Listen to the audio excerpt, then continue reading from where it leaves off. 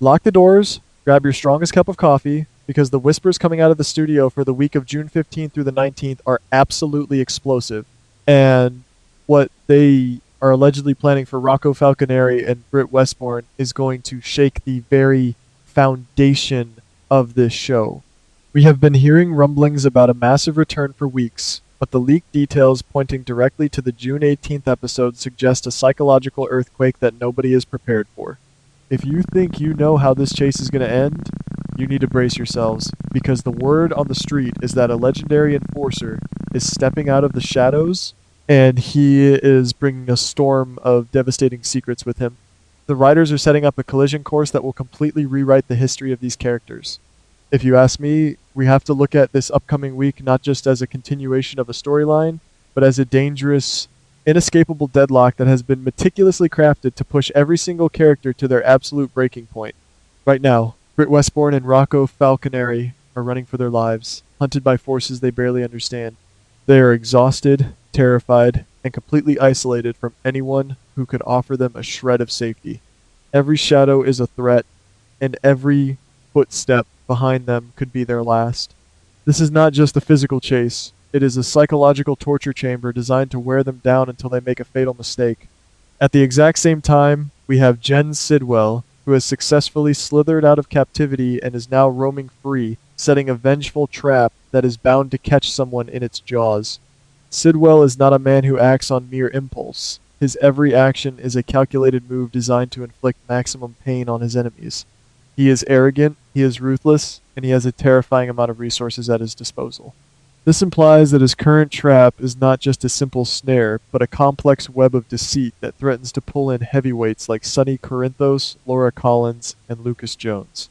And let us not forget the lurking menace of Ross Cullum, who is currently gathering intelligence and tightening the noose around Carly Spencer at Windermere. Cullum is observant, threatening, and perfectly willing to use psychological manipulation to get exactly what he wants. He is cornering Carly, using her desperate search for Jocelyn as leverage to break her down. When you look at the board, you see Sidwell on one side, Cullum on the other, and Britt and Rocco caught right in the deadly crossfire. It looks like a completely hopeless situation, a masterclass in building tension where the villains hold all the cards and the heroes are completely outmatched. But guys, this is exactly where the narrative demands a massive disruption. The hints pointing to the week of June 15th, and specifically the monumental shock slated for June 18th, provide the perfect detonation point for a savior to emerge.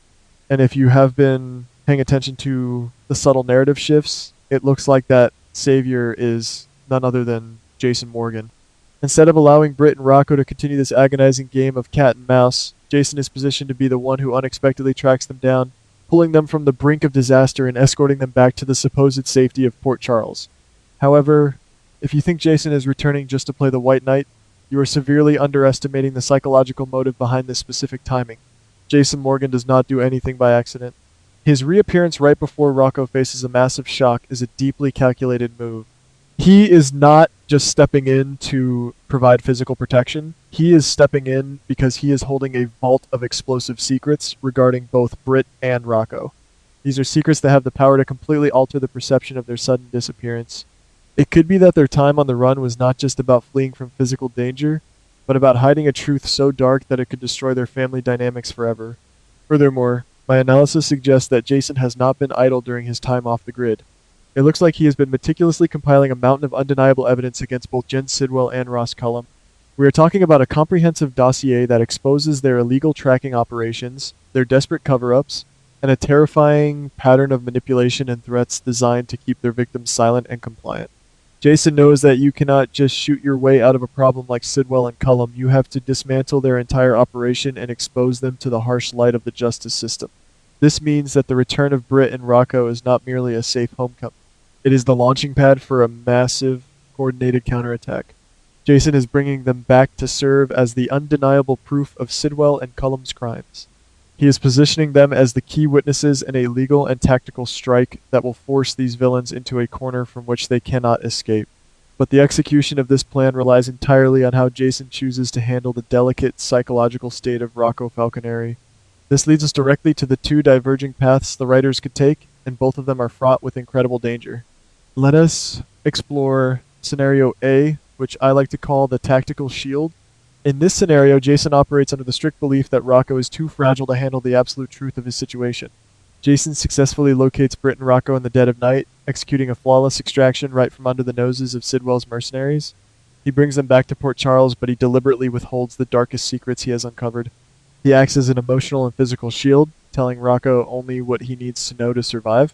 In Scenario A, the major shock on June 18th is not a revelation from Jason, but rather a terrifying close call engineered by Sidwell, which Jason violently intercepts.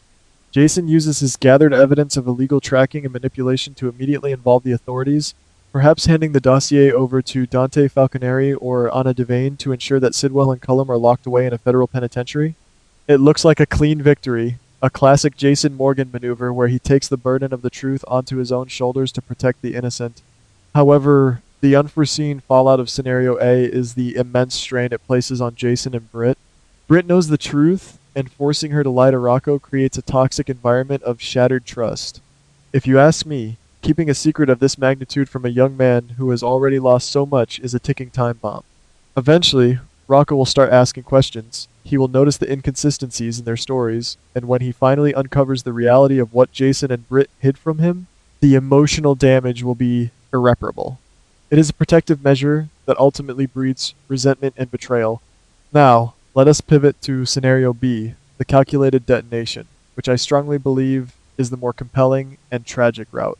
In this scenario, Jason realizes that protecting Rocco from the truth is no longer a viable option. The enemies they are facing are too smart, and the secrets are too volatile to remain buried. Therefore, Jason's return is driven by a harsh, pragmatic, ulterior motive. He rescues them, yes, but he does so with the strict intention of weaponizing the truth. In Scenario B, the devastating event on June 18th is Jason himself sitting Rocco down and delivering a soul-crushing revelation. Could it be that Jason reveals the true reason they were being hunted was due to a dark connection Britt has to Sidwell's criminal empire? Or perhaps Jason uncovers a manipulated piece of Rocco's own past that Cullum was planning to use to destroy the Falconeri family? Whatever the secret is, Jason drops the bomb directly on Rocco, completely shattering the young man's reality. Jason does this not out of cruelty, but out of a cold calculation that Rocco must understand the full scope of the threat in order to survive the coming war. This implies that Jason is willing to sacrifice Rocco's innocence to secure a tactical advantage. By revealing the truth, Jason forces Rocco to grow up instantly, turning a frightened fugitive into a hardened survivor. The evidence against Sidwell and Cullum, the cover-ups, the illegal surveillance, is then brought to light not by Jason acting alone, but by a united, albeit deeply traumatized, front consisting of Jason, Britt, and Rocco. They use the secrets to bait Sidwell and Cullum into making a fatal public error, ensuring their arrest and imprisonment. The psychological fallout in Scenario B is absolutely massive. You have a scenario where Rocco's trust in the adults around him is completely obliterated. He may be safe from Sidwell, but he is now emotionally scarred by the very man who saved him. Britt is left to pick up the pieces of a traumatized young man, knowing that her own past actions contributed to this nightmare. It is a brilliant, dark narrative choice that provides endless material for future emotional conflicts long after the villains are behind bars. When you weigh these possibilities, you have to consider how the rest of Port Charles will react to this sudden shift in power. If Jason returns with Britt and Rocco, holding enough evidence to destroy two major antagonists, the power dynamics of the entire city will flip overnight. Carly Spencer, who is currently backed into a terrifying corner by Ross Cullum at Windermere, would suddenly find her tormentor distracted and vulnerable. The trap that Jen Sidwell is carefully laying for Sonny and Laura would completely collapse as he realizes his own crimes are being broadcast to the authorities. Jason's return acts as a massive reset button for the entire canvas. But we must also analyze the villain's perspective. Men like Sidwell and Cullum do not simply surrender when presented with evidence of their crimes. If they realize that Jason Morgan has intercepted their targets and is holding the keys to their destruction, their desperation will make them infinitely more dangerous. They will not wait for the police to knock on their doors. They will launch a scorched earth campaign to eliminate Jason, Britt, and Rocco before that evidence can ever see the inside of a courtroom. This means the week of June 15th is not just a rescue mission, it is the declaration of an all-out war in the streets of Port Charles. If you ask me, the writers are setting up a situation where nobody walks away completely clean. The promise of a major shock on June 18th guarantees that the emotional stakes will match the physical danger. we are looking at a masterfully constructed narrative where salvation comes at a terrible psychological cost.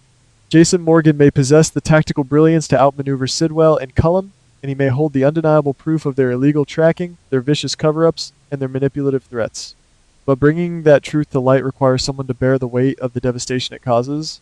Ultimately, we are left to question the true cost of survival in a town built on secrets.